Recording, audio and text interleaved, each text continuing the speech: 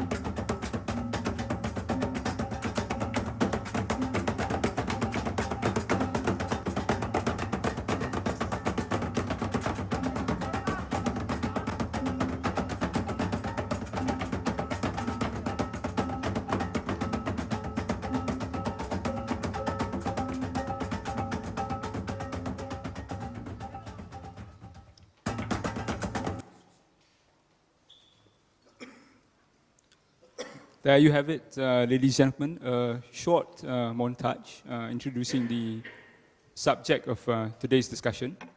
I think for your information, for some of you, the book was officially launched yesterday at Galleryfromhome, which is quite nearby, by the eminent entertainer Dato Ar Majid, who is also a descendant of the subject, Sutan Puasa. And I think to give you a bit more on this very interesting personality who's responsible for we should say, founding Kuala Lumpur, maybe we can turn to Pak Razzaq to maybe tell us a little bit about the significance of Sutan Puasa in the history of the capital. Sutan Puasa, or his real name. Good morning to all of you. Excuse me, excuse my manners. Thank you all for coming. All right, Sutan Puasa, or his real name, Sutan Poso, hail from Mandailing in Sumatra. Mandailing is both toponym and ethnic group. He came from the highlands in the west, like the west coast interior of Sumatra, and he migrated to the peninsula around 1830s at the height of the Padri War in the homeland, which devastated central Sumatra. The war is the longest civil and anti-colonial war in Sumatra, longer than the Aceh War by a few years. The difference is that the Aceh War is exclusively an anti-colonial war, whereas the Padri War started off as a fraternal conflict, which escalated into an anti-colonial war. And it triggered waves of migrations of Sumatrans, Highlanders Sumatrans to the peninsula. Amongst them is Sutan Puasa. The prefix Sutan is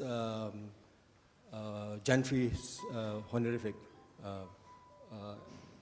common amongst Mandailings, Minangkabau, Talu, Kerinci, Angkolas, and other ethnic groups from central Sumatra.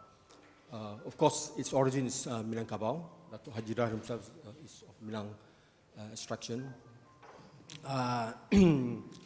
So we are neighbors of the Minangkabaus to the north. And culturally, when we became Muslim, we were very much influenced by the Minangkabaus. Yeah, so Sutan Puasa migrated at the height of the Padri War and came, the migration route is clearly identified. If you read the book, you will, in yesterday's presentation, I showed a slide of the migration route, and he landed up in Malacca before heading for Kuala Lumpur. At that time in the 1830s, the Rawa marauders, they are another ethnic group that migrated with the Mandalings, but they are largely pro-Padris, whereas the Mandalings are largely anti-Padris. The Padris are like the jihadist fundamentalists of the day. And he arrived around 1830 at the height of the Padri War and set about.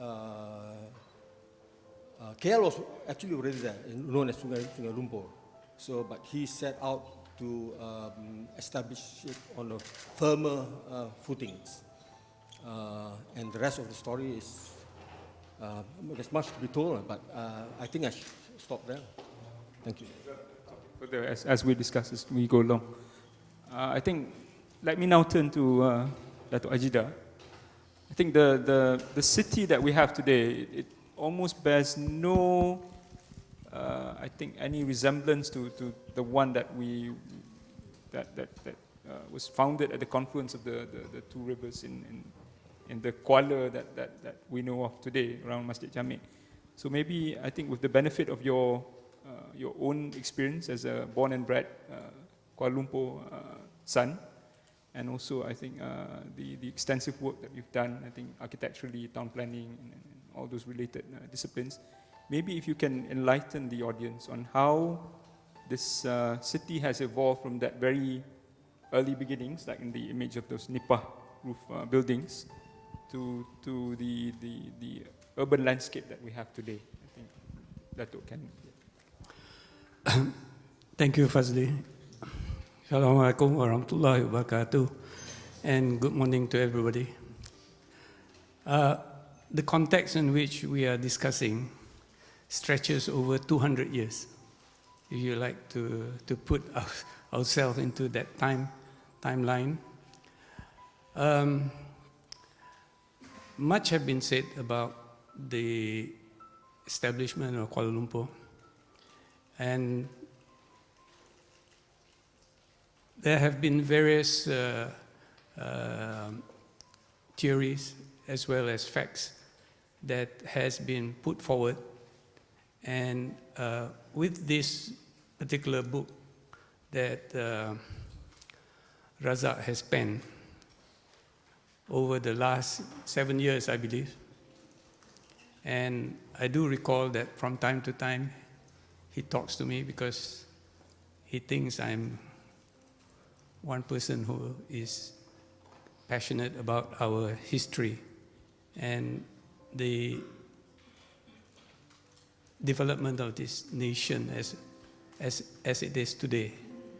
Because most of us know this country as Malaya when we got independence in 1957, and then Malaysia when we brought in Sabah and Sarawak, Singapore and almost Brunei, and then the departure of Singapore. So that leaves us to where we are.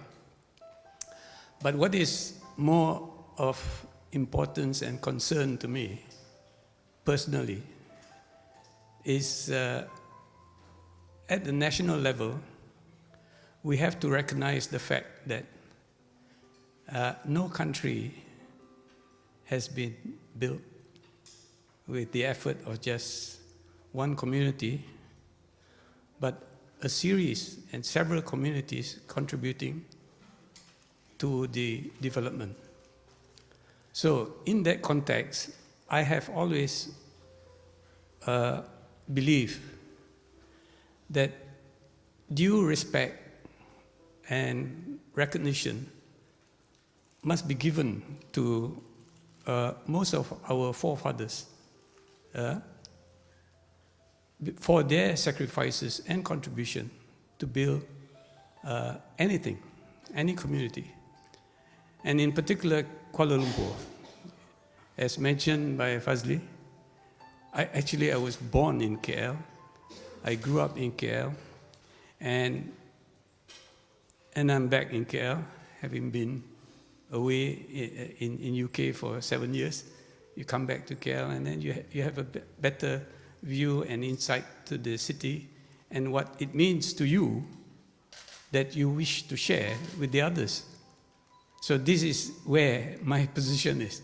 And this is why, for example, I'm not a historian, you know, I'm not a researcher, but I'm just a very curious individual who wants to know why and how and when, how did it happen, why did it happen. And I think most of us know that in life, you have to know history to understand, you know. You learn history, you learn the past to understand the present and chart your future. That's one. The other adage or belief is the fact that history, most of the time, repeats itself.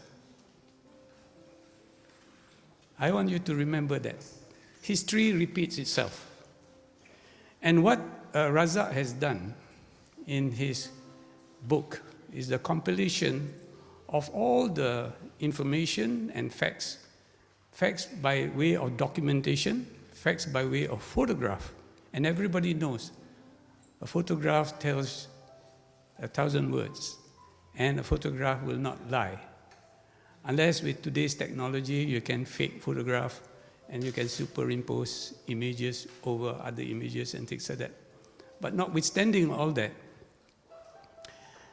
you can view some of these old photographs, but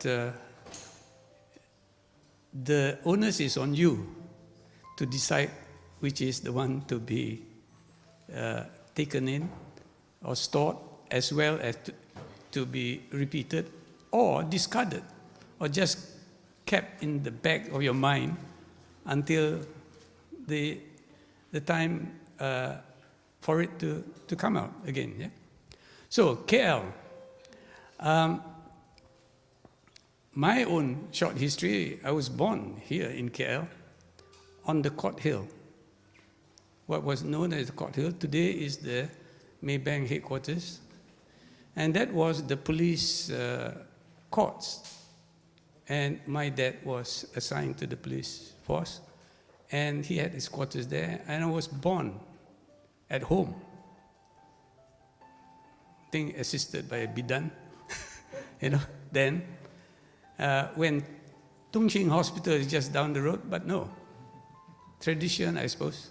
So I was born there, and I grew up and went to school in Kampong Baru, the Malay school, then went on to Pasar Road English School, and then on to VI, and then spent about 2 years in Kuantan, because they had 6th form classes, but not enough students.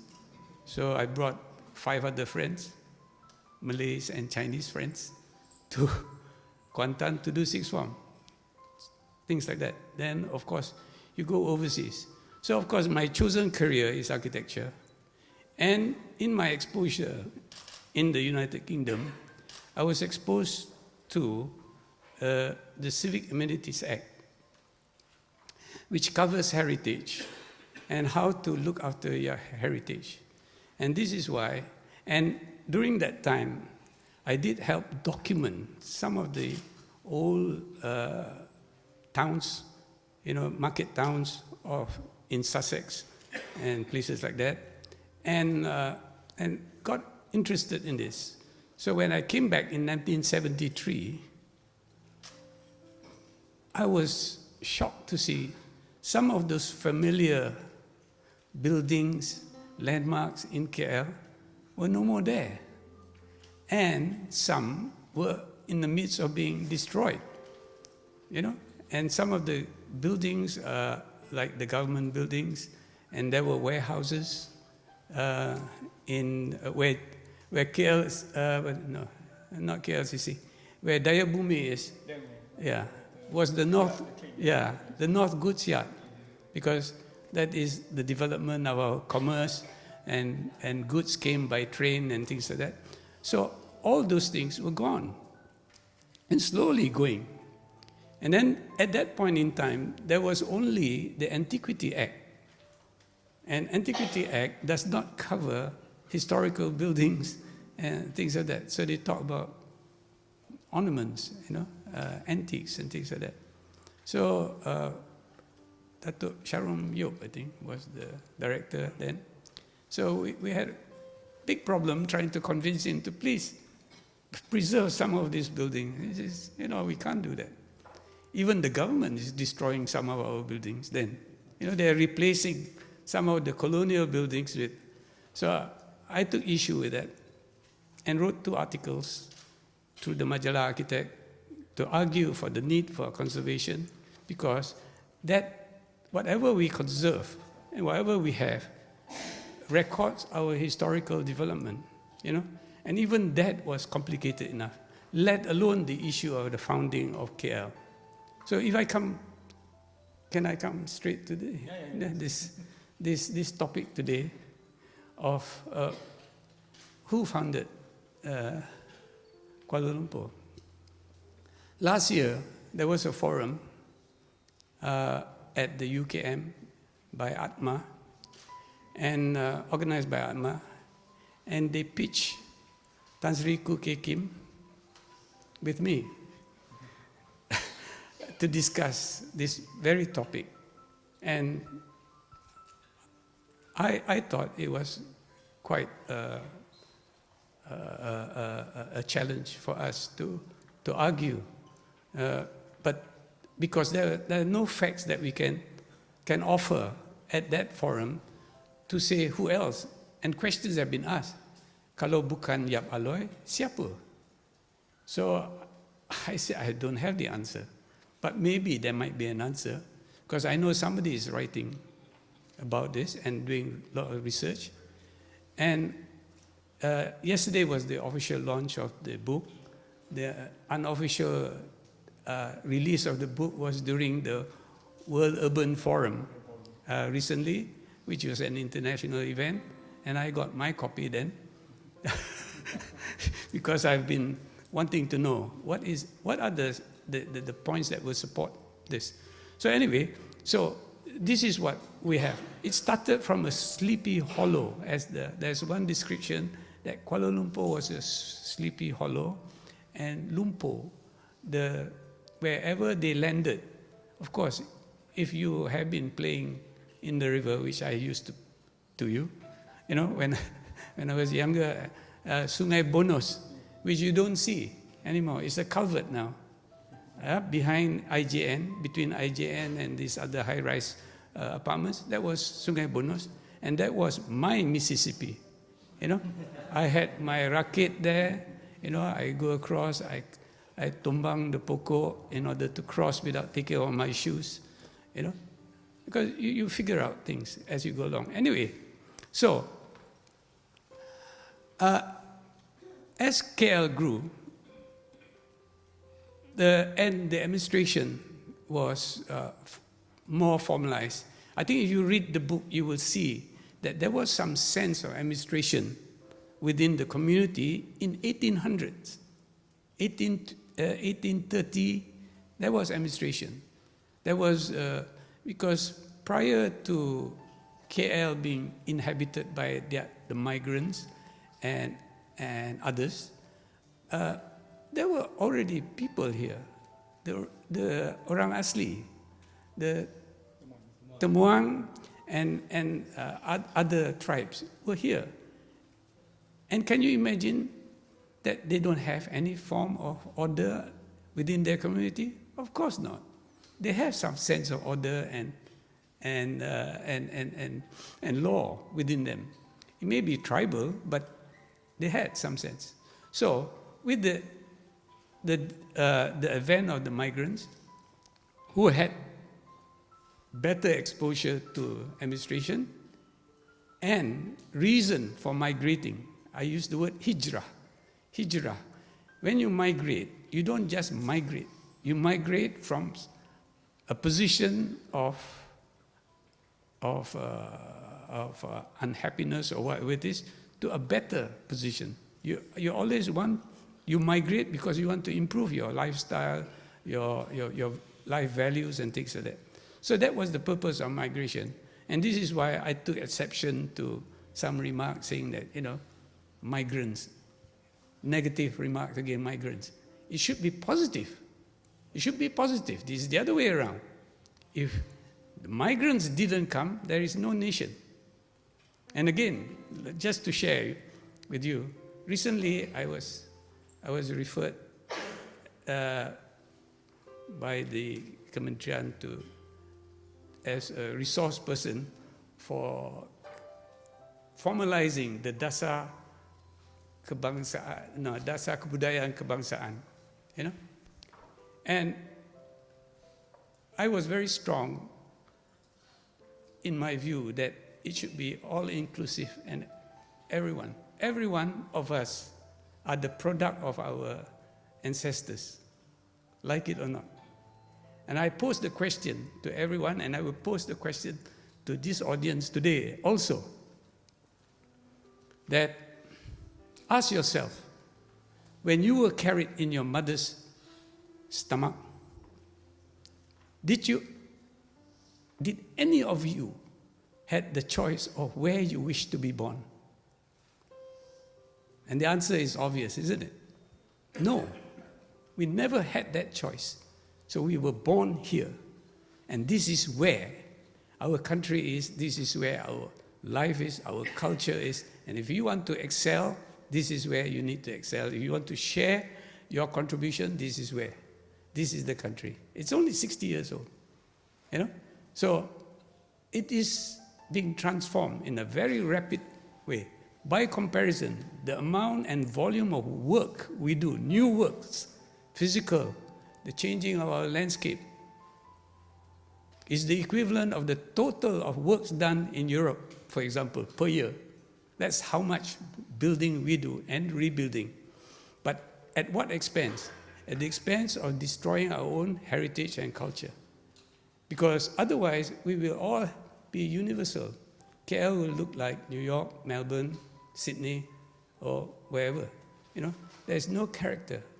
And this is hence that little statement I made some years back about a city with no old buildings is like a city without old buildings is like a man with no memory, So there is no reference to how you have progressed in life, for example.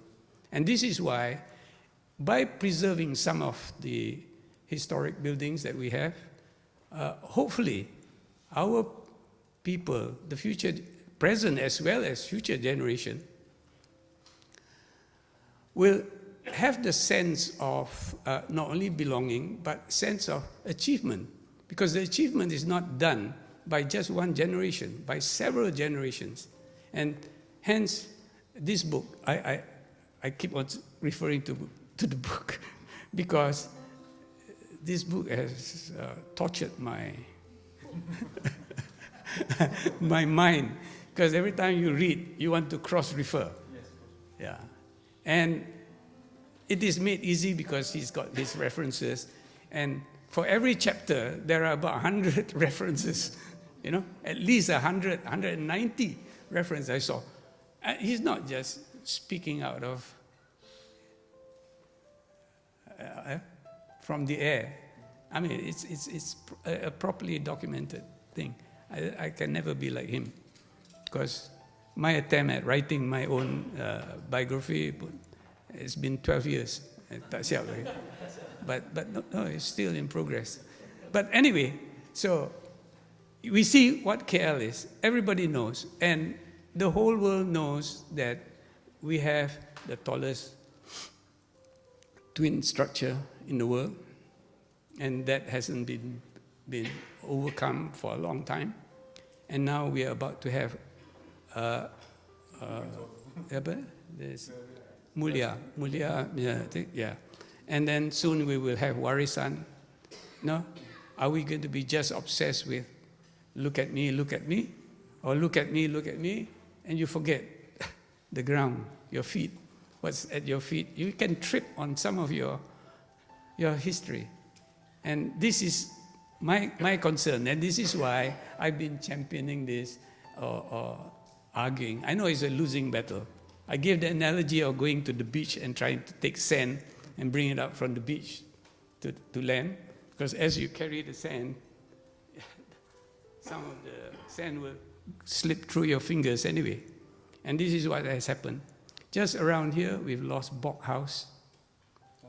You know, we've lost the Chua Chen Bok's own house at the end of this building, which had its own bunker. You know, I don't know whether people knew about that and things like that. So we are losing. And then, of course, the more vulnerable buildings and heritage we have lost are the timber buildings, you know. And that's why you look at this photograph, you say, how did they live in that kind of condition? Atap rembia, dinding buluh, kayu, and every time there's a flash flood, which we never learn. Sampai sekarang, we never learn that KL is subject to flash flood. You know, you don't have to have a world,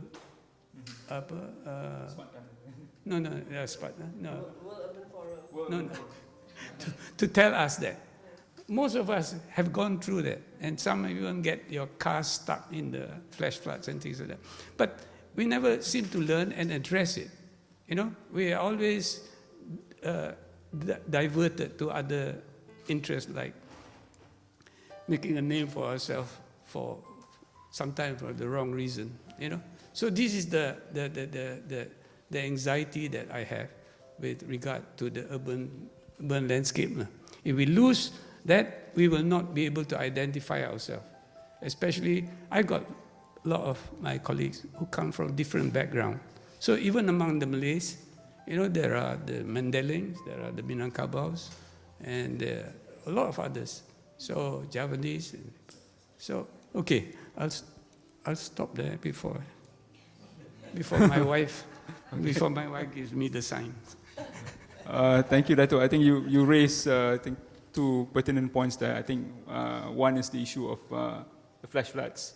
Yes. I think it's a way of the mud, the lumpur, yes, coming back, telling us, you know, that it's still around, yes, from the mud hut, the buloh hut days. That whatever happens, the tallest building or whatever, the lumpur will come back to make its mark. And I think the other one is the subject of memory, of remembrance of things past, which I think, bring the discussion back to Pak Razzaq.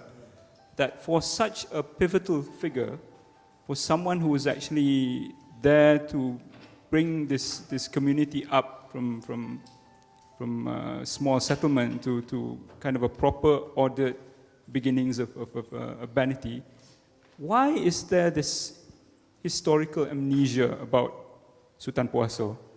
I think family members, extended relatives, some mentioned in the history books, Abdullah Hukum and Galik and all that.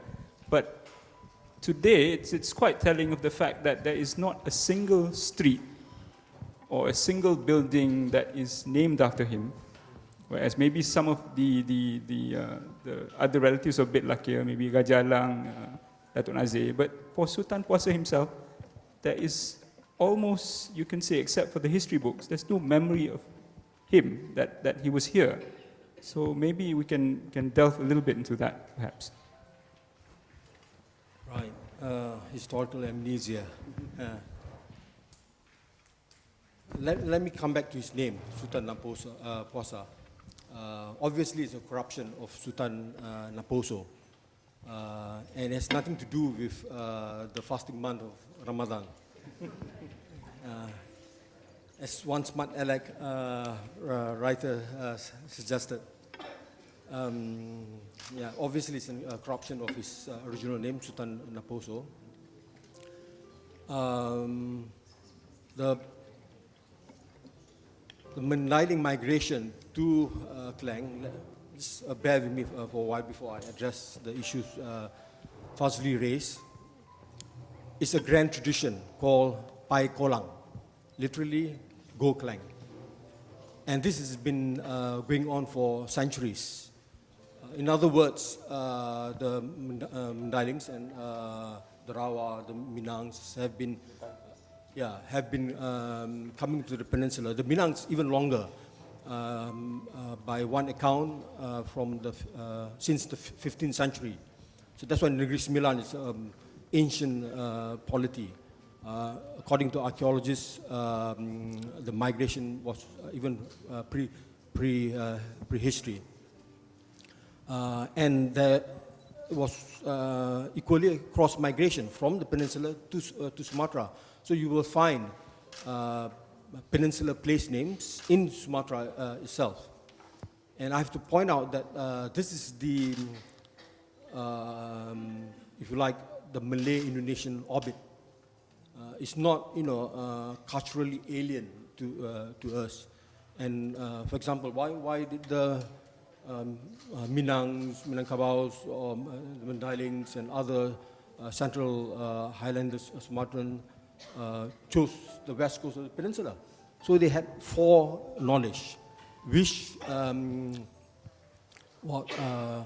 stemmed from trading activities. We were not, all primitive. You see, there was trade going on for centuries since the time of Sriwijaya. Mandaling itself, the place name Mandaling, is recorded in Negara Kartagama in the 14th century. So we must have existed, the ethnonym or the toponym Mandaling must have existed well before them, before Majapahit expansion into Sumatra.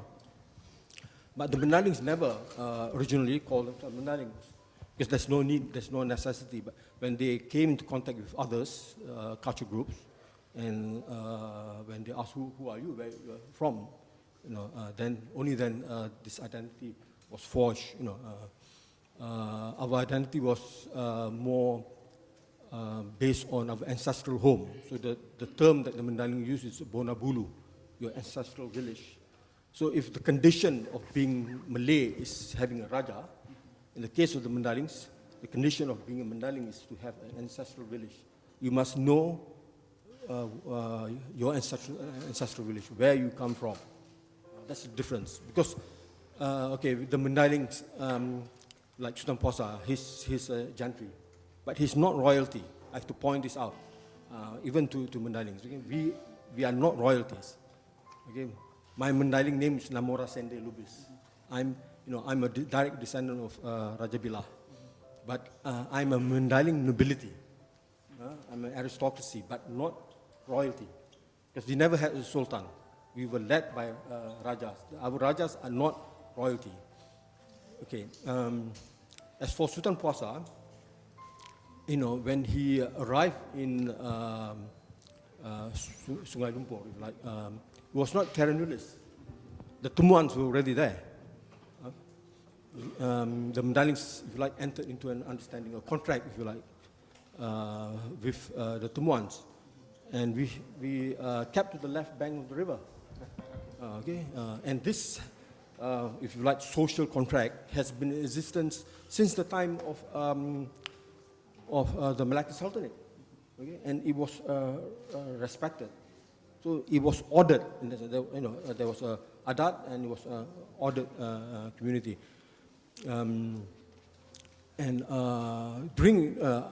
I would like to say a bit more about the Tumuans. During the Klang War, the Tumuans were actually fighting what Emily Inez called the Slaying of Patriots.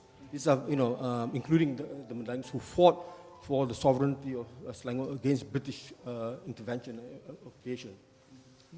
So, unfortunately, the history of the Aboriginal people has not been much written up. But in the Sutan Puasa book, you will find an extensive account about the Tumuans. Selangor was, Selangor, as we understand it today, is not the same Selangor of the 19th century. Okay, for example, take Ulu Klang, where the Mandaling overlord Raja Asar had his seat. That was part of Negeri Sembilan, and it was the senior Luha, L-U-H-A-K, if you like, a district of the Confederation of Negeri Sembilan. So when you read history, you have to, unthink or unlearn what you know. Because Slaying as is conceived today was drawn up by the British. And many of the little sovereignties were erased or merged. Even the office of the Kukula. Well, the Buddhists also did a number. By the way, I'm half Buddhist. My mother is Buddhist. So I'm half Mandarin, half Buddhist. So when the Mandarins arrived, okay, we have been coming even before the Party War as sojourners, as miners, because Klang was known as the Tin Land. So we came, as miners to mine tin. In homeland, we mine gold and return after making a small fortune. So this has been going on for centuries. Right. What amnesia? Is it? Okay. Amnesia. Well, why amnesia? In truth, Sutan Puasa's name is mentioned in Gulick's biography of Yap Aloy, which is largely based on Chinese sources.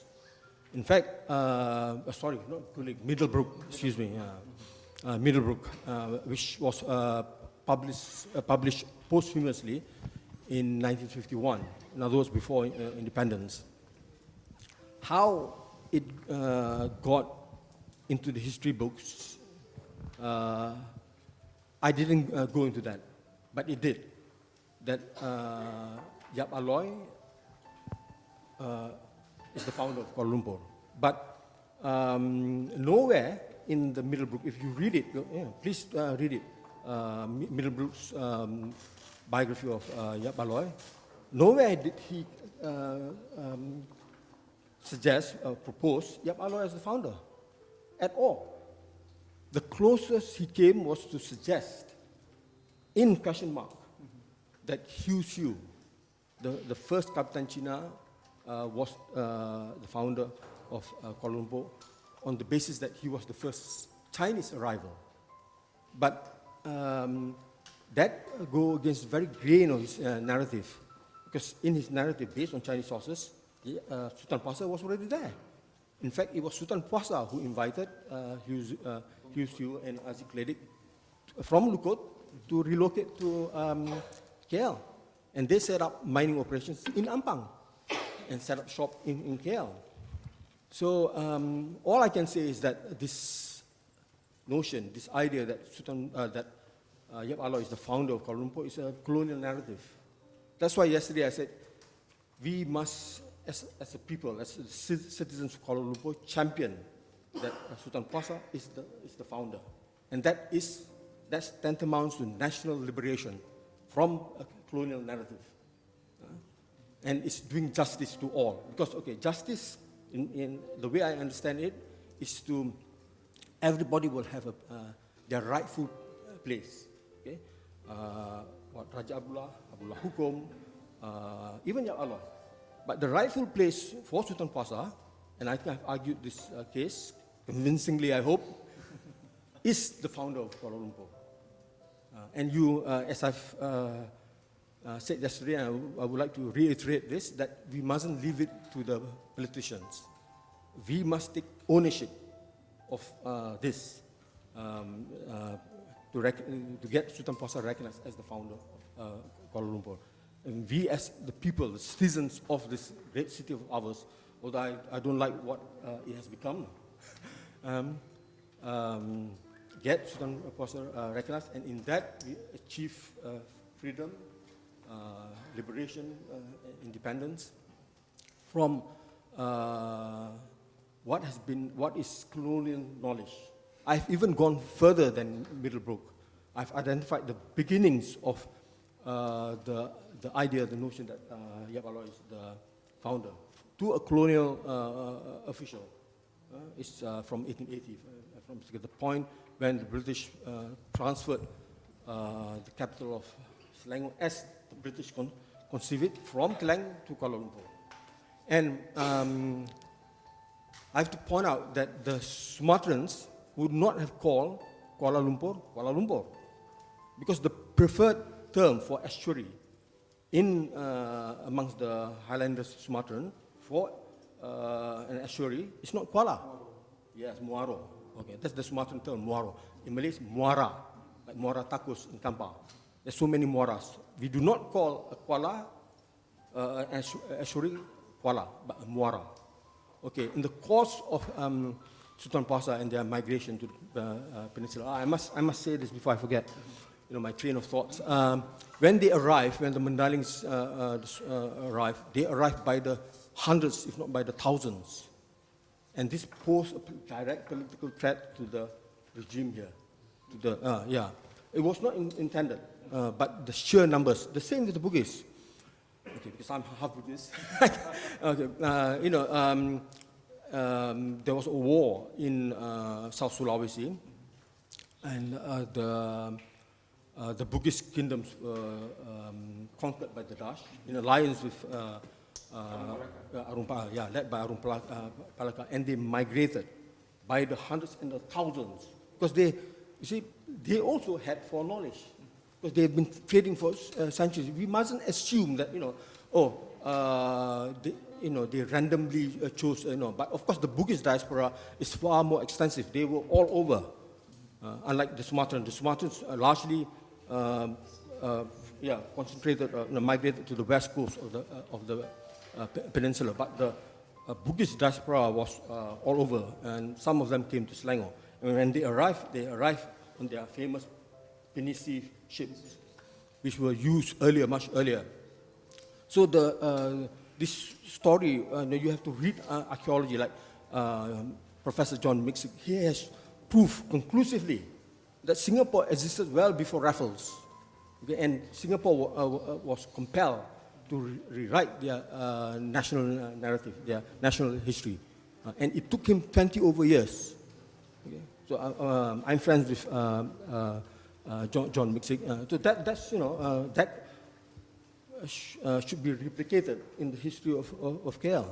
But but to do justice, then everybody must have their place. As Dato Hajeedar says, Sutan Puasa could not have made it alone. He had help. He had the cooperation of the Bugis potentate. He had his Chinese business partners. He had fellow Sumatrans. All these communities. Thank you. All these communities, so Kuala Lumpur became profitable. The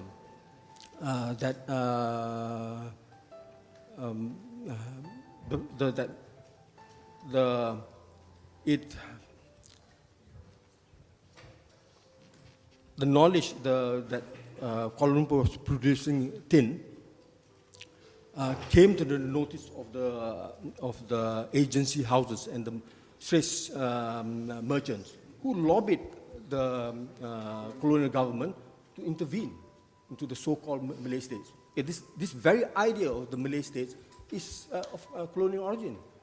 The Negeri Sembilan, the Minangs didn't call their Negeri Sembilan a Malay state, no? It's Negeri Sembilan. Okay, Selangor was not, Sultan Abdul Samad himself prided himself as a Bugis. He never claimed that he's Malay. It is colonial scholars. Okay, what I'm getting at is that the very Malay identity is colonially constructed.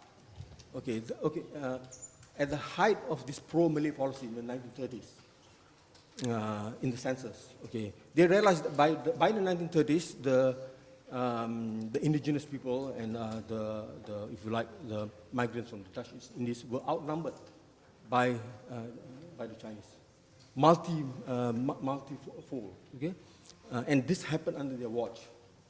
And what did they do?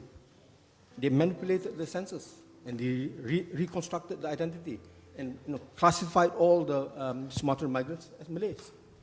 And in that critical period in the 1930s, the Mandalings was erased from the census. So administratively, the Mandalings do not exist. We do not exist in the census in officialdom. There's no Mandalings. Sorry. in the 1930 census, it was erased. So if you, I'm not making this up, you can read Charles Hirschman about the making of race in Malaysia. And that has defined our politics to this day. MCI is a colonial construction. MCI is Malay, Chinese, Indian. So the so-called Malays, as we understand it today, are diverse people. So the British, in order to, to rectify the imbalance, the demographic imbalance, they constructed that identity. So, like for example, to illustrate an example, before, as you know, we were made up of the state settlements, the federated Malay states, and the unfederated Malay states.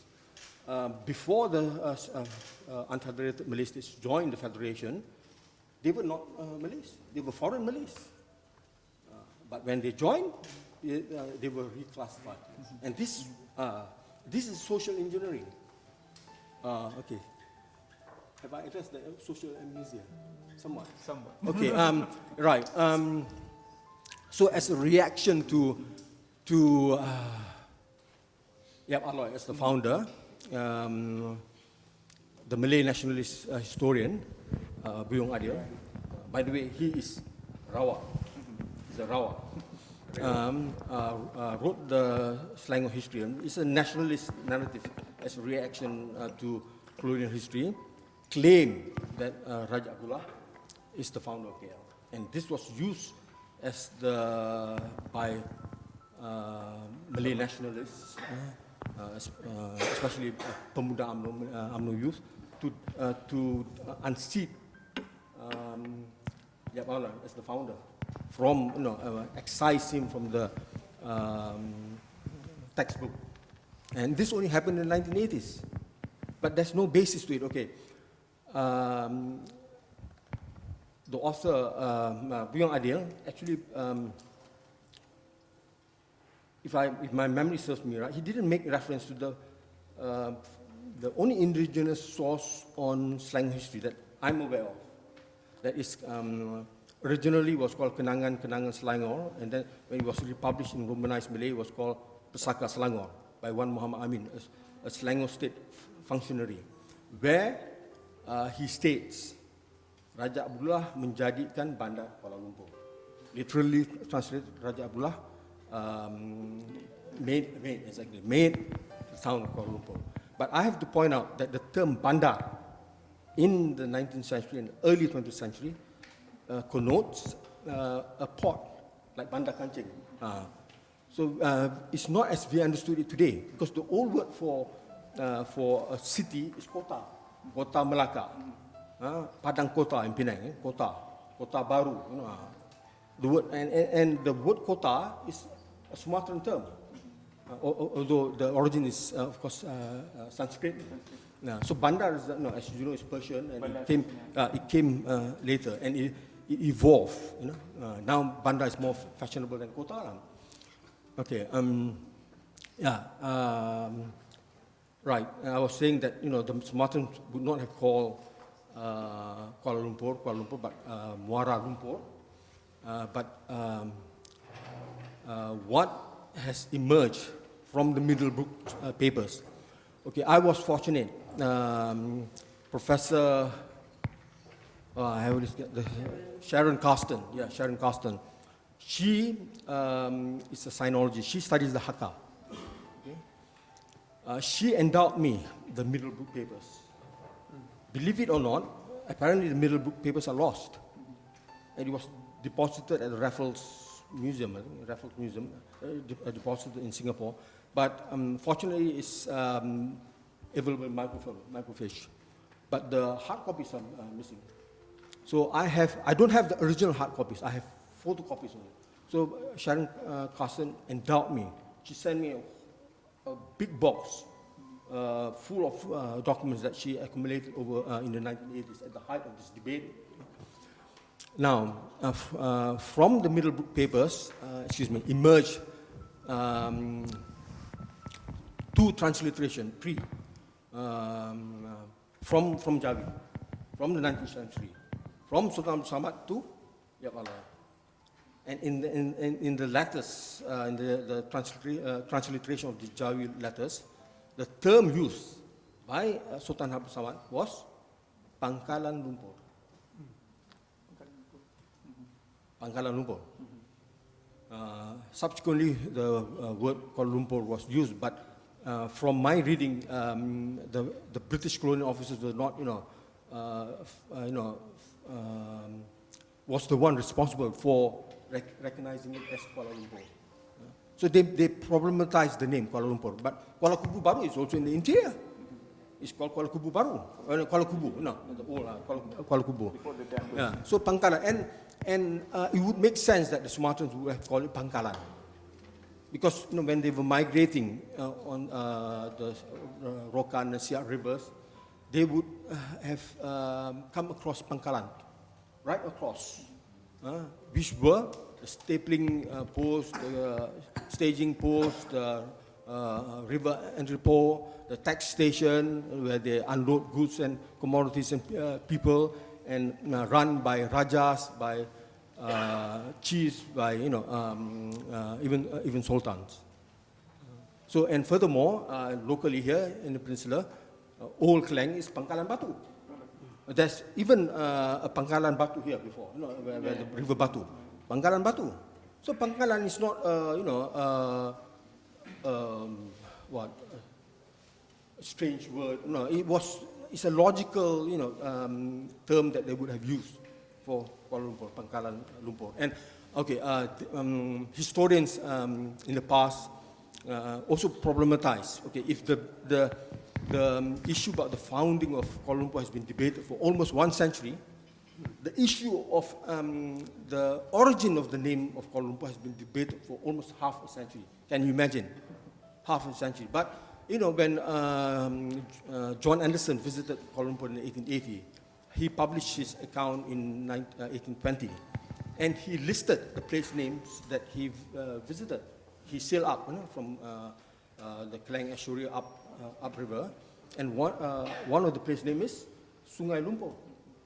So Sungai Lumpur existed on record since 1818, but surely he must have visited well before then.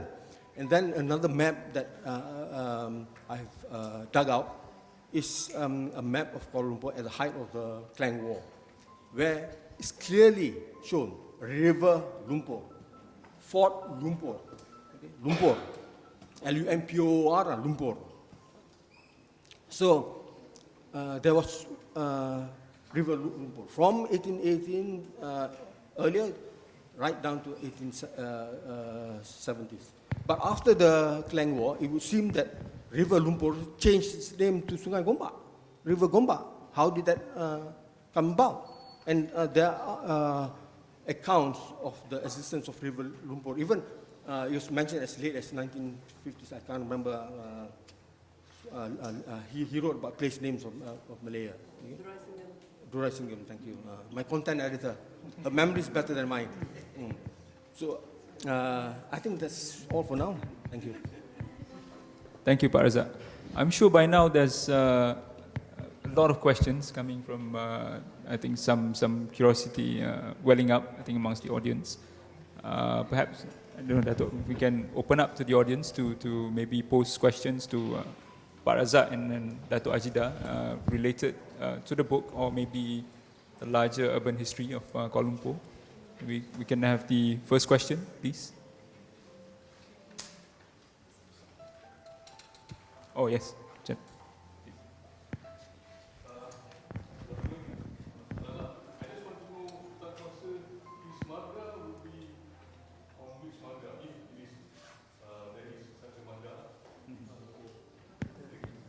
It's Marga. Marga. His Marga is Lubis clan. I'm also Lubis. Okay, but I have to say that in the past, Marga was not so much emphasized by the Mandalings. It was the Dutch. According to one of my informants, well, my late grand uncle in Sumatra, who's the chief in Maga, where Raja Asal, the overlord of the Mandarin, comes from. Marga, so the Marga, the clan, is in the village. There's no need for it. Everybody knows what clan you're from. Just like the Minangkabau. You know. There's no need to emphasize it, no need to state it. So it was the Dutch who wanted us to have, if you like, a surname, and we adopted it. In fact, if you look at the names of the Mandali migrants to the peninsula, Sutan Puasa, Raja Asal, Raja Bilah, these are his contemporaries, Imam Perang Jabarumun, Jabarayun, and many others. There's no marga, they don't carry their marga. Of course, it's a horror to the Malaysians. What kind of name is that? Similarly, when the Bugis came, Ompu this, Ompu that, these were traditional names, which later on was frowned upon by the Islamist types. But we didn't emphasize our marga. I carry my marga because that was the wish of my late grandfather.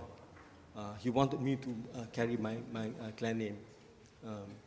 So I hope that answers your question. So he's a Lubis, and from the perspective of the Mandalings, this was Lubis control. Kuala Lumpur was a Lubis land owning marga. It was the land owning marga. Whereas Ulu Klang, which is part of Negeri Sembilan then, was a Nasution land owning marga, because Raja Asal is Nasution. We know this, of course, later, but see, Raja Asal, he didn't call himself Raja Asal, Tuanku Raja Asal Nasution, no. But now I think there's like an obsession with this. The Nasution thinks they're better than the Lubis, and sorry. Yeah. But just a note to the audience, any Nasutions in the hall can meet me after this. We can look at the family tree. Any follow-up questions from the audience, perhaps? Yes. Dato Ahmad Tamimi.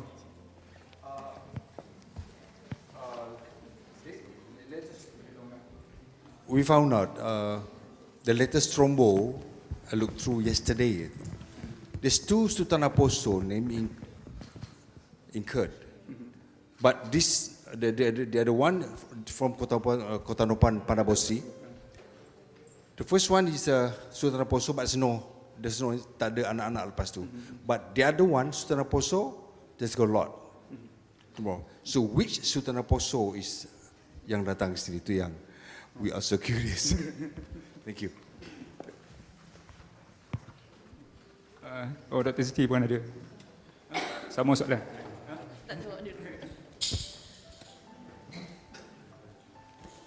Assalamualaikum. Saya agak terlambat. Datuk punya cerita tak dapat saya dengar sangat tadi. Tapi nak sambung dengan tentang beberapa nama yang kita jumpai, itu nama-nama asal orang Melayu itu sendiri. Saya mengutipkan berdasarkan folklore cerita orang Gombak. Jadi waktu pernah diceritakan selepas terjadi pergaduhan di Kuala Lumpur itu, Sutan Puasa membuka satu tabek resmi kolam airnya di Sungai Gombak di belakang madrasah Batu Lima itu. Jadi di situlah penyokong-penyokong Sutan Puasa ini terdiri daripada kulungan orang Minangkabau dari Batu Sangkar, Batang Kapeh, itu sampai ke Gombak, Batu 8 dan 9. Jadi nama Gombak itu sendiri, moyang saya itu dari Bukit Gombak di Batu Sangkar. Ini bukan fakta sejarah ya, tapi lisan. Dan situ tempat pacu kuda. Waktu zaman-zaman Belanda sudah dijadikan satu kawasan pacu kuda. Kalau kita pergi dari Istana Pagaruyung, kita akan arah ke barat, kita jumpa Bukit Gombak.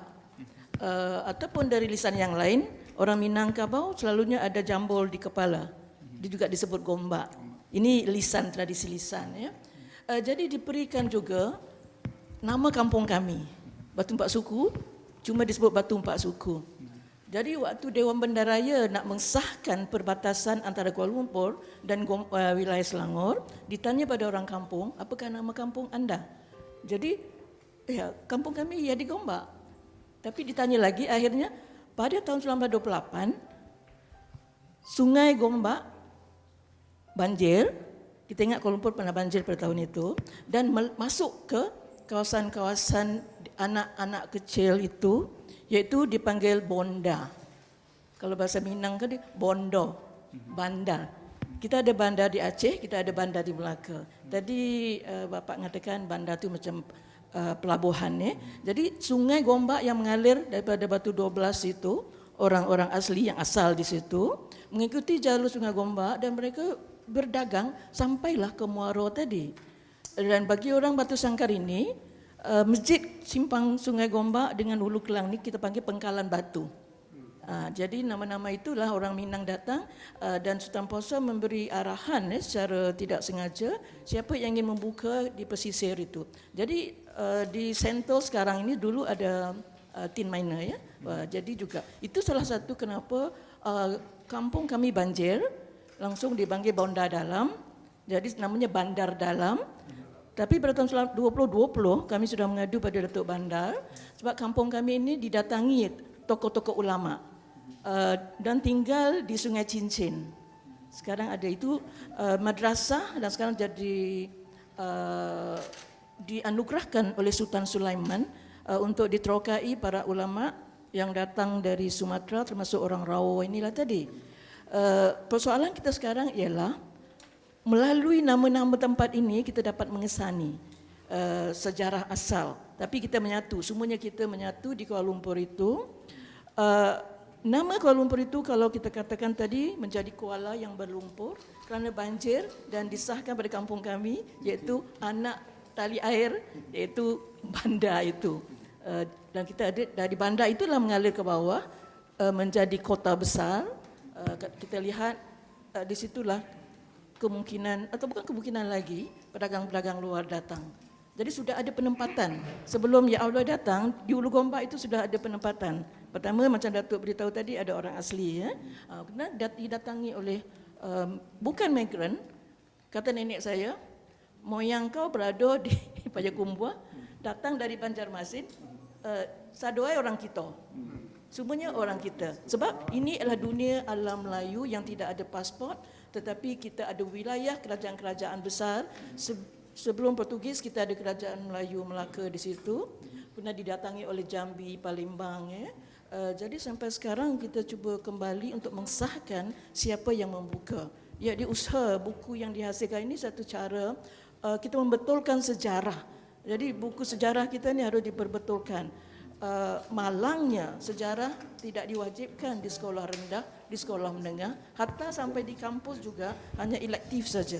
Jadi ini usaha yang dilakukan oleh keluarga Sutan Puasa ini. Tadi diakui bukan keluarga raja, tapi digelar, diberi gelar. Moyang saya juga ada nama Sultan Bendaro. Ya. Balik ke Minangkabau, diberi perempuan lagi untuk dapatkan galah. Tapi datuk saya dia bawa gambar dengan 7 orang anak. Jadi dengan gambar itulah keluarga di sana tidak mau memberi gelar yang betul kerana tidak berkahwin di situ. Ini daerah Minangkabau Batu Sangkar lah. Tapi kerana dia ada anak 6, diberi gelar juga Maharaja. Bukan Sultan, Gala. Jadi itulah kita mengetahui ada istiadat, galar dan sebagainya ini perlu kita ajar melalui sistem adat, sejarah dan adat ya. Jadi anda yang muda ini boleh meneruskan tradisi ini. Terima kasih kepada Datuk dan juga Pak Razzaq tentang cerita orang Rawa dan Mendeling ya. Ini cuma keterangan saja Datuk, tapi boleh dijelaskan kalau boleh kita bincangkan tentang asal usul. Dan saya sudah menghasilkan buku sejarah kreatif iaitu Kasih Bonda, terbitan Dewan Bahasa dan Pustaka yang pada kebanyakan orang muda mengatakan bonda itu ibu, lambang bonda kandung, lambang sebuah tali air yang mengalir dari Hulu Gombak sampai ke Kuala Lumpur. Itu settingnya 1949 sampai 1961, iaitu sejak saya lahir sampai saya berusia 12. Dengan buku itulah saya serahkan pada Datuk Bandar dan kampung kami tidak diganggu. Tapi Datuk Bandar yang 5 tahun kemudian ganggu lagi nak mendirikan 40 tingkat kondo. Kami protes lagi, buat buku Rumah Waris Wan. Jadi ada hikmahnya kita menulis, tapi 5 tahun lagi mungkin serangan Datuk Bandar lagi untuk mengambil kawasan kampung kami. Jadi ini saya serahkan pada anda nanti untuk menyimpan sejarah. Terima kasih Datuk. I think Dato' Hajeedar would like to give some comments on that, and then we'll come back to tadi Dato' Ahmad Tamim punya question on the two Sutan Puasa tu, yang mana satu yang datang ke Kuala Lumpur ni, and I think Dato' Hajeedar. I'd like to come back to the main theme of our discussion, the founder of Kuala Lumpur. Balik rujuk kepada kita punya team ni sebab because I hope that this talk will help create a better understanding of the circumstances. You see, in my delivery at the last forum, the first thing I did was to take the word founder, as we understand it. I grew up and went to school, English medium school, and when I was in Form 3 in VI, my history teacher was Francis Kaur. He's Chinese, comes from Klang every day to KL to teach us. And when he taught us history, we were told the founder of KL was Yap Aloy. He said, yes, sir, thank you. We can read and we know Yap Aloy is the founder. He says, so what are you going to do? So he said, we'll take it as fact. But he says, during the exam, make sure that if they ask you the question of who founded KL, you must put Yap Aloy. So we said, of course we will put Yap Aloy. That's what you tell us. You teach us and you tell us to remember. Then he remarked that, he says, rubbish, he says. He says, this is what the British wants us to know. So we said, why? He says, you don't understand. When you grow up, you will find out. So actually, since those days, it sort of triggered my mind as to why is history written the way it is written. And at this last forum, I just picked the word founder and tried to analyze what it means. Founder is when somebody finds out something, discovers something and establishes something. So I gave the analogy in the course of the presentation. It is common knowledge among us, especially all of us here. If I ask you who is the founder of Australia, who would you say? Captain James Cook founded Australia. And if I ask you the question as who founded Singapore, we've been told that Sir Stamford Raffles founded Kuala Lumpur. Singapore, sorry. And if we were told, or we were asked who founded Penang or Georgetown, we will be told Captain Francis Light, the man. We even have to memorize. I used to draw these statues, because I was quite good at sketching and things like that. So to just memorize, and that's how it was. So if you were to reflect, in Form 3, everything comes in. And, rubbish in, rubbish out, as the saying goes. But as you grow older, you tend to think for yourself, is this fact or fiction or whatever it is? So over time, that the book has said that for many years that Yap Aloy founded. Then I have, I'm not a historian, then I have the presence of Tan Sri Koo Kee Kim. He was there yesterday, but not today. He should be here. He always laments this. Macam mana Yap Aloy founded KL? Dia Captain Cina nombor 3. Yang 2 tu buat apa? He puts it so subtly and so factually. So this is the kind of situation we are in. I was asked yesterday after the launch by some, I don't know, reporters, what are we going to do after this book launch? I said, that's it. Everybody must read and understand. If you're convinced, then you should be able to accept that there is a need to rewrite our history, if need be.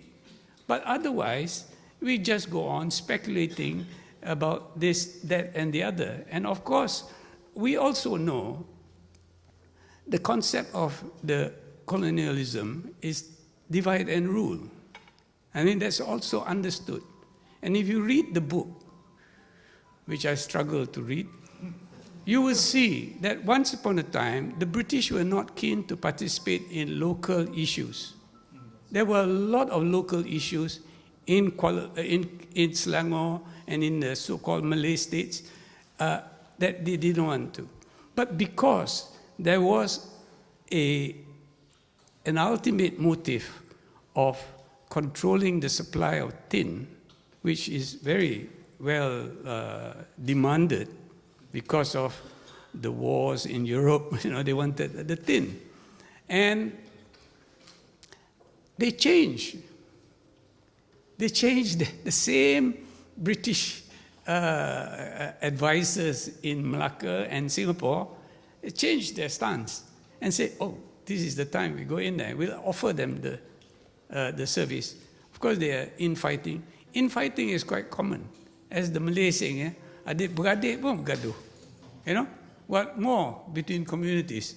So this is where, if we are not careful, our minor differences can be exploited by third parties to benefit them. And this is a moral issue, which I keep on harping about, learning from history. There are pointers in past history as to what is happening presently and what may happen in the future. You will see this. You read the book, and please use this mental faculty that Allah has given all of us. God has given all of us the brain to think. Look at the facts and read, and let's not be myopic in our thinking, but be open. And this is what I'm trying to suggest, if we could. And I think we'll be a better country and population. Then the issue of heritage. Can the Jabatan Warisan be held responsible for sustaining your heritage? I said no. The people themselves must be convinced that my pride in my heritage is more important than, and I will share it with you. I will share it with my neighbors and things like that. I gave one talk in Penang one time about local knowledge. I think Puan Sama will remember. About local knowledge. You don't have to go very far. Just go back into your community and find out who your neighbors are and what do they do and what was their background. You'll be surprised. The depth as well as the dignity of their ancestors, their parents and all that. And this is why even yesterday, during the book launch, of course by none other than the diva, Sheila Majid and all that, But by virtue of our interest in each other's heritage, for example, they come from a Mandailing family. I came from Minangkabau. I cannot change that. Neither can they change. And they are all, one way or another, related to each other. And in the end, I had questions thrown by Zuraina on the phone, on WhatsApp, to find out, are you related to them? No, we're not. But we just grew up together, and our parents were friends. And through marriage, yes, we are related. But we don't claim that it's my relative. No. It's just that that's how a nation should be built. And this is why I keep on referring to the much touted United States of America. Actually, the whole country was built by migrants. and they're not ashamed of that. Likewise, we shouldn't be ashamed of our heritage and the contribution by our ancestors. For example, I did mention yesterday, I've lost my grandfather, my maternal grandfather and uncle, slaughtered, literally, and the neck by the communists, Bintang Tiga, in Lenggeng and Broga, because that was the black area then. But if you ask me, what is my attitude to the communists, for example, or to the people? It was one Chinese man and one Malay man. Both of them slaughtered my grandfather. But I have to admit the fact that that is part of the history. That is their sacrifice. And that's where the value is today. But we don't seem to realize and value that. Our country is very young, only 60 years. And our rate of destruction is not only disgraceful, but at a rate no other country does. So this is why... We are number one at that. This is why I do not know. When I was approached to try and come today, I say, I'm not a historian, I'm not an academician, but I'm a practical person. I've seen lots of things. I have views and comments on lots of things. But and neither am I a politician. If I were, then I can use it as my bahan. But no, I think what we are doing today is sharing this. And I am hoping that beyond Razzaq Lubis' book, there will be other books to be published. And we can hear and read snippets of other people who have sacrificed to build this country. And coming back to Yap Aloy, I have to declare and admit that going through the records of Gulick's as well as Middlebrook and others, that Yap Aloy has contributed to the physical development of Kuala Lumpur into its permanent stance. And to argue that, I can very simply disclose, for example, he started the brick factory to produce the bricks and to produce the roof tiles, which were subsequently used in a more permanent building, such as the Sultan Abu Samad building, the railway stations, and a lot of other buildings. And you look at most of the buildings, they have withstood 100 years, And this is what we need to appreciate. Everybody had played the role. And if you look at the business model that he had and the journey he went through his business, he was borrowing money from Malacca, he was borrowing money from the Selangor state government, and he was trying to make ends meet and have a clean, balance in his business proposals, like starting the tapioca farm of Jalan Damansara today, things like that. There's a lot of effort by him. So we must give him that due recognition that physically he did rebuild KL after the Civil War, where most of the buildings were burned. They just torch each other's building. If you read about it, it's such an unnecessary thing, but it was done. So this is why you needed a much more permanent structure. And Abdullah Hukum, for example, he is the man who drained most of the swamps in Kampung Baru, in Gombak, in Setapak. Gombak and Setapak were the upper paddy fields, because you cannot bring rice up Sungai Klang or overland. So you might as well plant rice. So that was done. And this was done on the upper system, where he provides the funds for them to clear the jungle, drain the land and then flood the land. There is irrigation so that you can plant rice. And he gets what? 10%. 10% of the returns, you know? So this is the kind of acknowledgement we have to, you know, please provide credit when it's due, acknowledge their contribution, because everybody, there is yet another book that was given to me about the Chetia community in KL. You know, was the commerce, the banking, the financial system or the banking system then in the development of Kuala Lumpur. We had two official banks. One is Chartered Bank, which by coincidence today they sponsored the marathon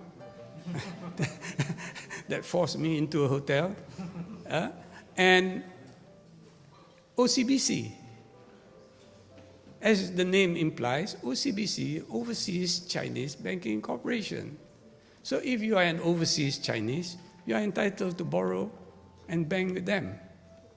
But for the other community, in spite of them being among the pioneers, and they were here earlier, they have no access to banking facilities, you know, bridging finances and things like that we know today. So the only channel they have is to borrow from the Chetias in Lebuh Ampang. You know, they were there. That's where his first tabik, you talk about the second tabik, the first tabik, where the fish pond was there. And do you know how much the Chetia charged? 3% per month. In a year, it's 36%. So whatever you pledge, most of the landowners, they don't know what's their asset, you know? They pledge whatever land title they may have had, issued by the Waris Negeri. And some of the Waris Negeri are orang asli, you know?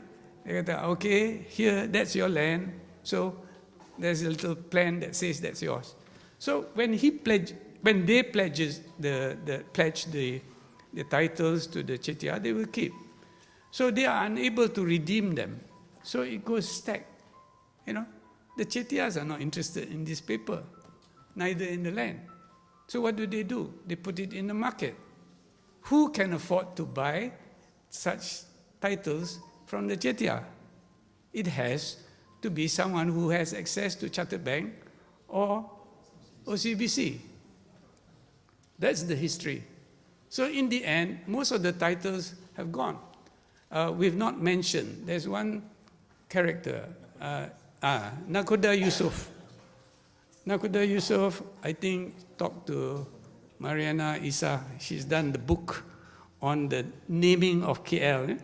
All the names of KL are named after luminaires or people who have contributed to mainly approved by the state government and things like those names.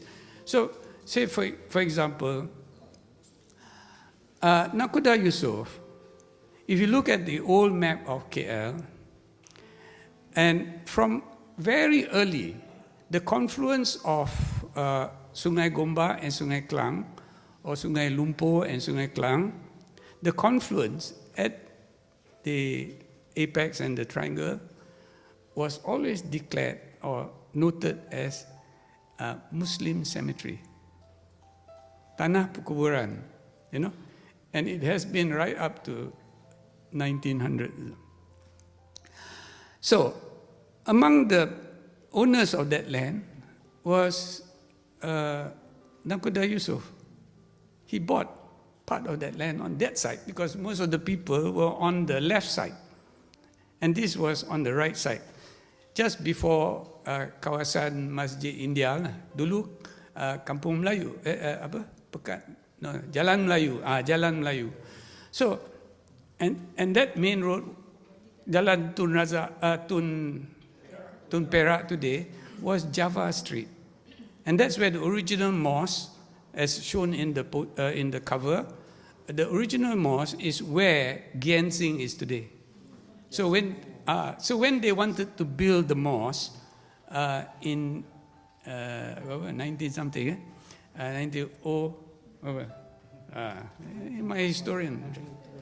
Yeah, no, because that was done by A.C. Norman. Yeah. So when they wanted to do the mosque there, they had to clear. I.B. Hubbard. They had to clear some of the graves. And one of the graves that was removed and reburied in Ampang was Nakoda Yusof. Now, who was Nakoda Yusof? Nakoda Yusof was one gentleman, rich and very attracted to KL and started to invest in KL. So he built shop houses. All the shop houses between the Coliseum Cinema right up to Sogo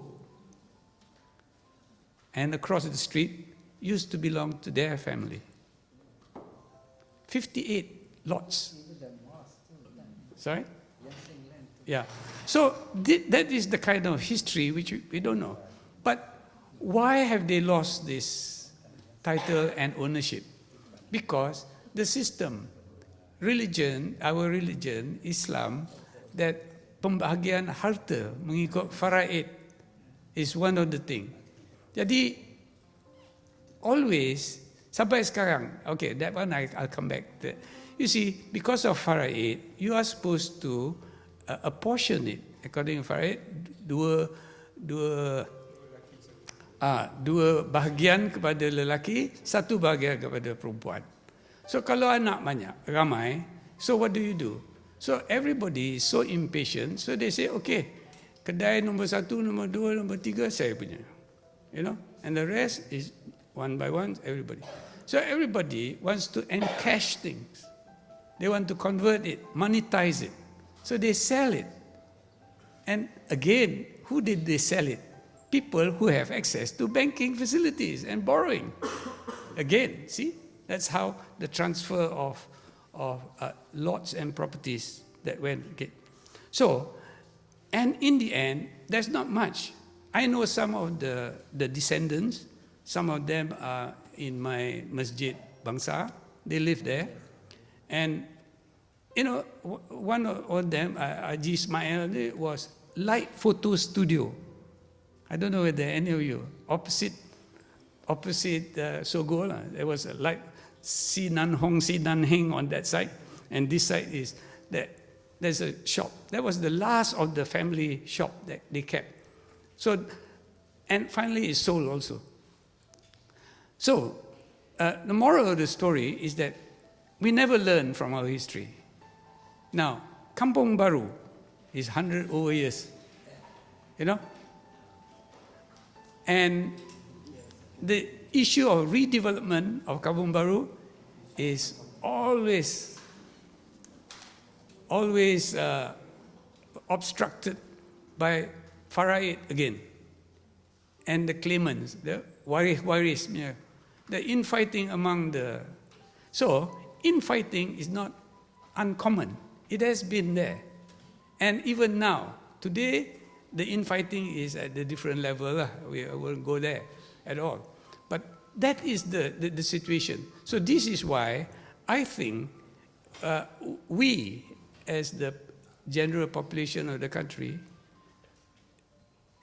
as stakeholders, should be responsible for our respective culture and heritage.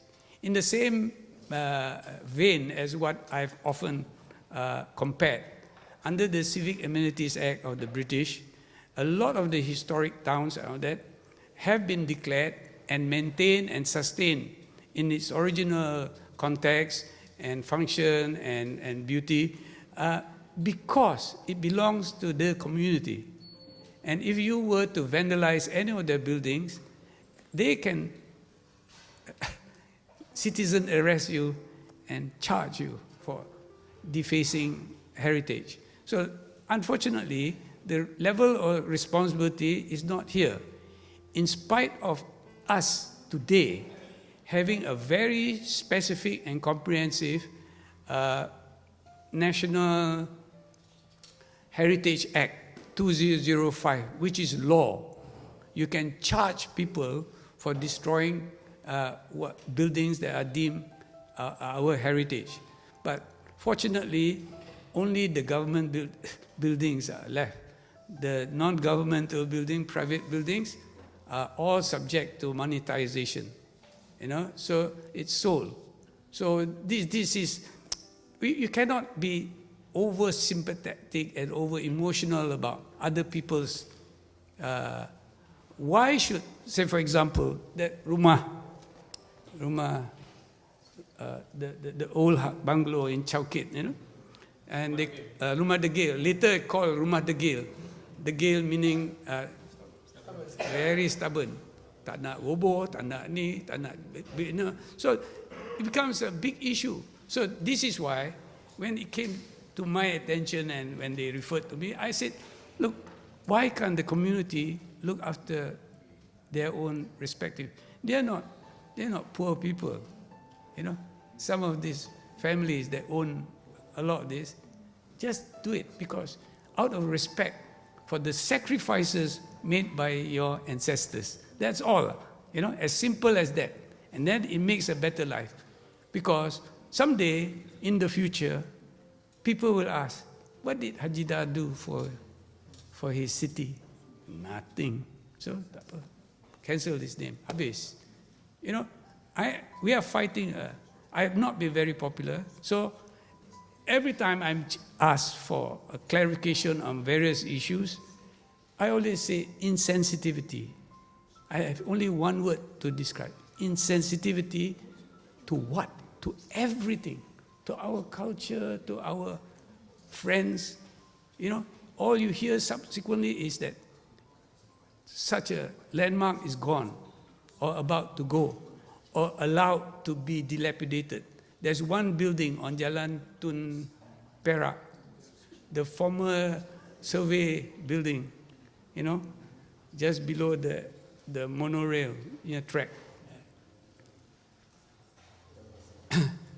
The dome at the corner has been leaking, and it has caused it to rot, the structure, and some has come down, and it's a matter of time before the whole thing comes down.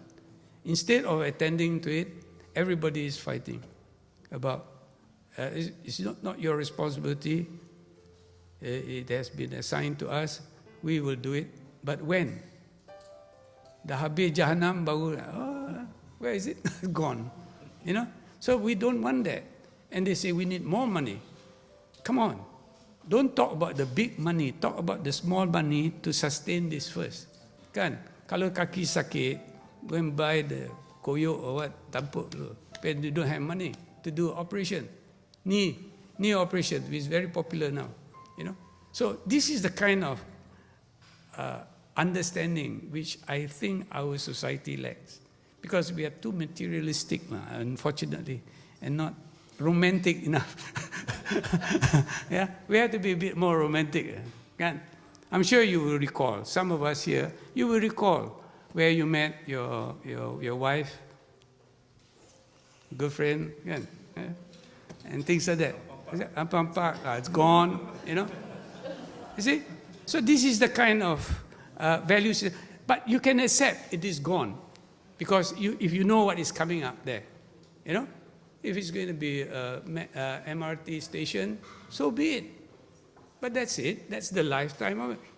All of us have, you know, different shelf life. Some will die at 60, some at 70, you know, some at 100. Anyway, sorry, I've sort of... Maybe we can take one last question before we break for a bit of book signing and refreshments. One last question, perhaps. Yes.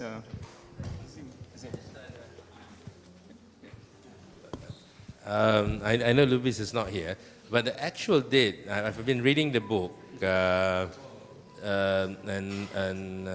about a quarter way in, but it's not been stated in the book that when is actually the date when it was founded.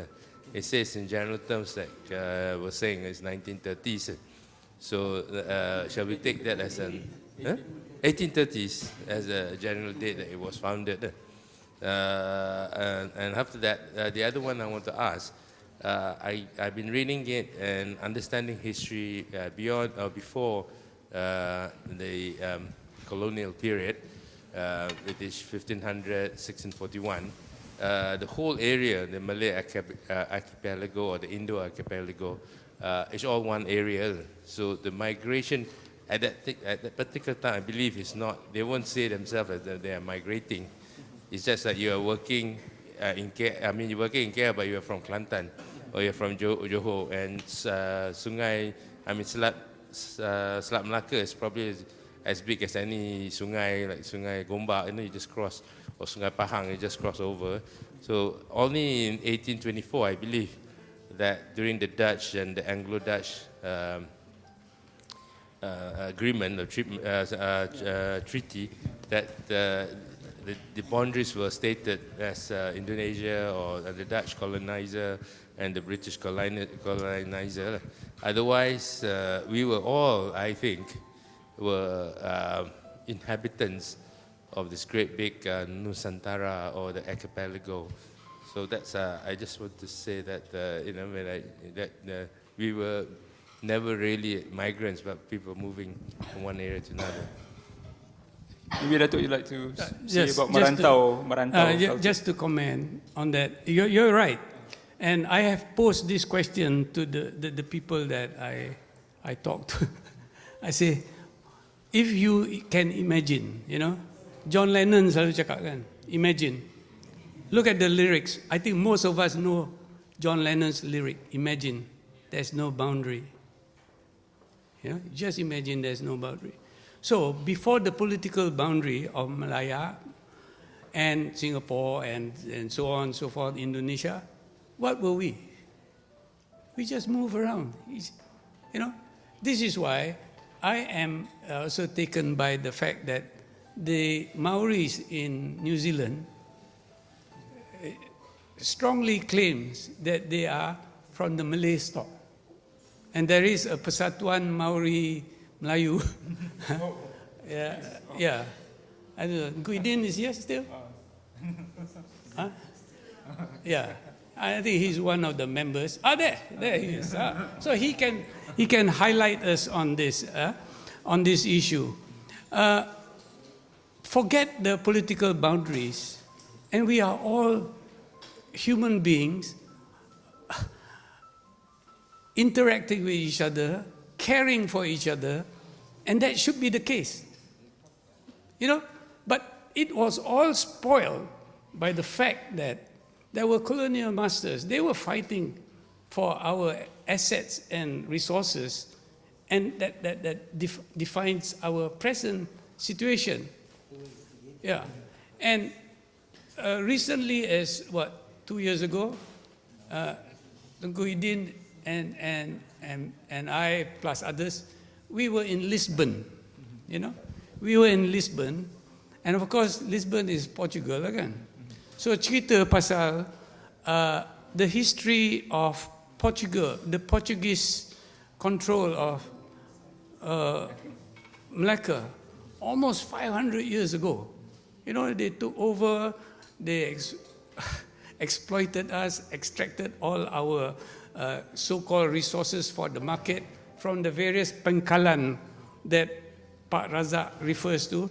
Along the route is always pengkalan. It's always a collection point for lots of things, so that it can be sold and huh?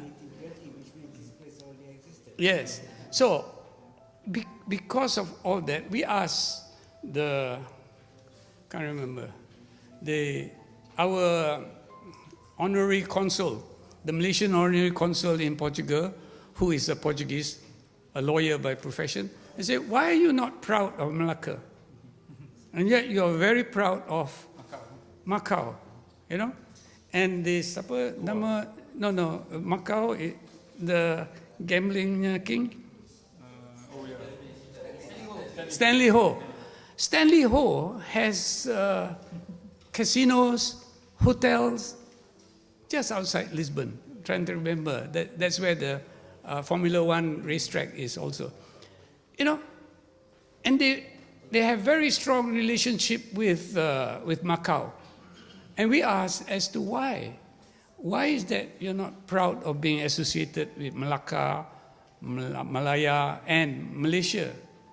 Very difficult question to answer. So we had dinner, and at the end of the dinner, I still insisted on his answer and interpretation.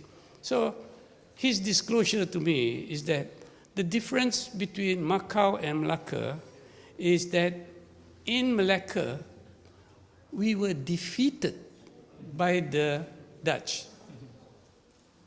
You know, whereas in Macau, we just left, and you know, for a long time.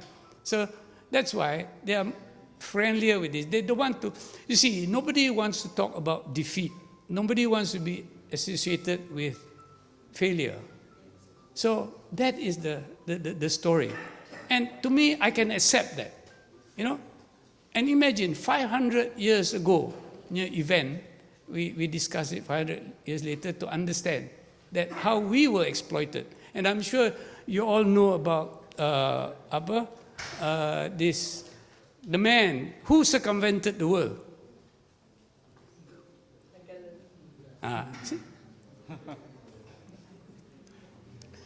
See, sama kata Magellan. Because we were taught it's Magellan. That, siapa nama dia? Henry the Black is what they call him. Apa? Panglima Hitam. He is a Malay.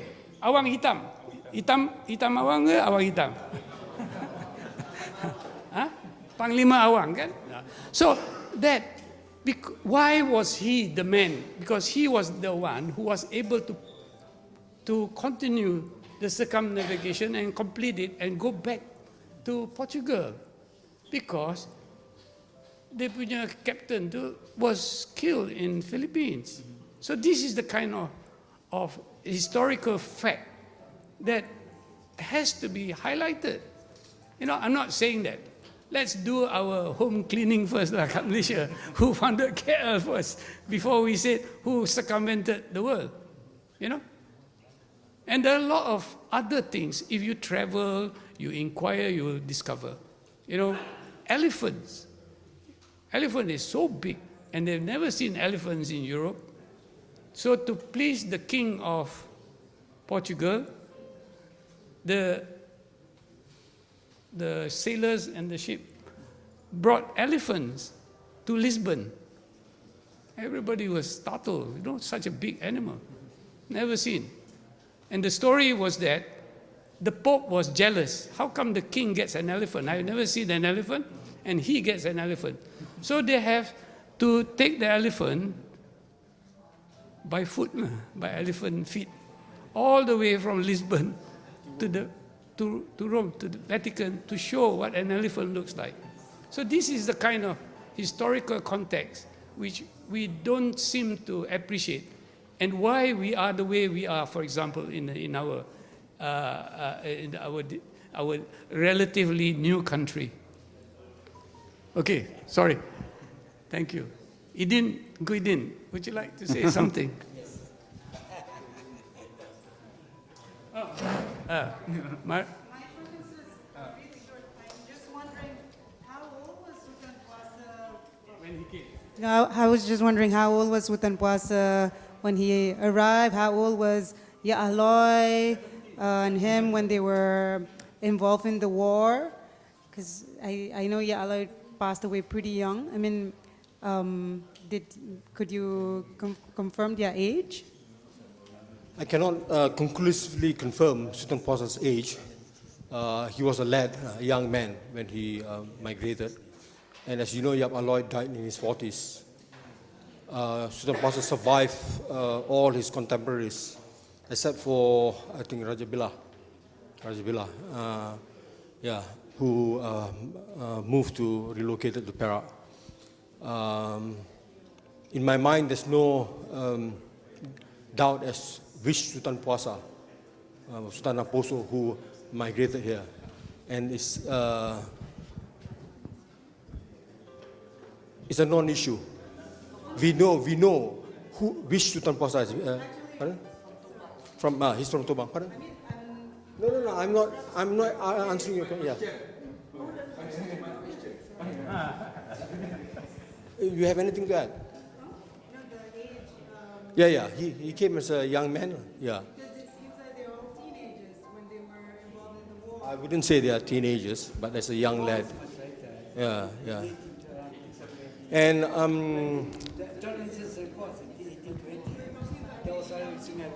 we have actually exceeded the time, so I do not want to tax the patience of the audience. I just want to address an issue which the lady posed earlier on, but she's left. Actually, the name Gombak, or Bukit Gombak, is ancient. The seat of King Adiyawarman, who moved his capital from Damansara. I even propose that Damansara probably originates from this ancient kingdom.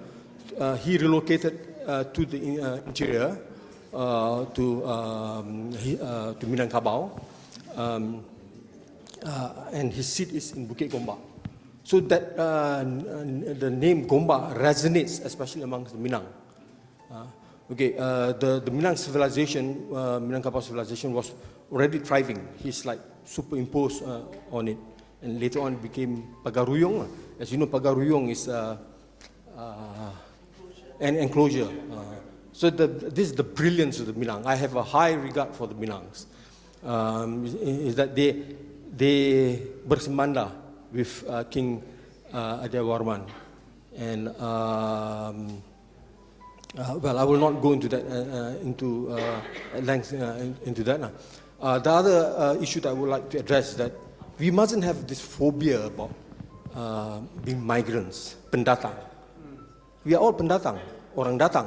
I mean, you come to a new place, you are called what? Orang dagang, which has two connotations: a foreign trader or a foreigner. So we are orang dagang, but this is our orbit, the Malay-Indonesian world. Okay, we don't make any apologies for it. I mean, if you talk, excuse me, I'm not trying to be offensive. The Chinese world is in the mainland China.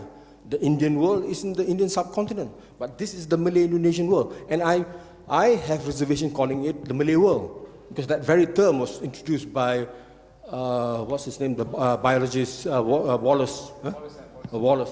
He calls it the Malay archipelago. For example, besides the English is the one with this notion. The other Europeans call this Malacca.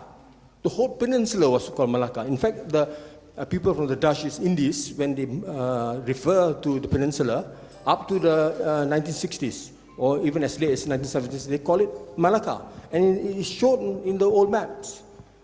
Malacca, the peninsula. So, to be all-inclusive, I would call it the Malay-Indonesian world. So this is our orbit. So we shouldn't be adverse to the term pendatang. So what? I mean, we're all migrants. We should celebrate our diversity rather than engage in petty politics, which has defined and undermine destructive. The Malaysian. You see, it's this MCI business, okay? What I call the MCI, what I call the trichotomy or racial trinity, it's exclusive to West Malaysia. You don't find it in East Malaysia. East Malaysia, they know who they are. I'm a Dayak, I'm Iban. They don't make any apologies for it. Why? What is this business about Ketuhanan Melayu? Why do you subscribe to a political ideology imposed by a political party, by politicians? We have to realize they are a class unto themselves. Whose agenda they're pushing? They are enriching, themselves, not us. We have to check on them. It's our business. People talk about, it's our right to vote once in 5 years. So after that, you absolve your right. Is it?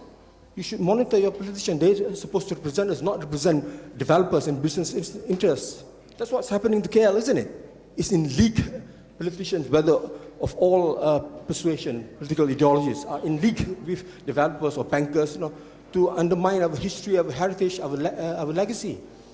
So I don't take sides, and I don't have high regards, because I see them as a class unto their own, and it's a new class with the emergence of the nation state. So, coming back to Sutan Puasa, the founder of Kuala Lumpur. Thank you very much, Pak Razzaq. Please give a round of applause to Pak Razzaq and Dato Hajeedar.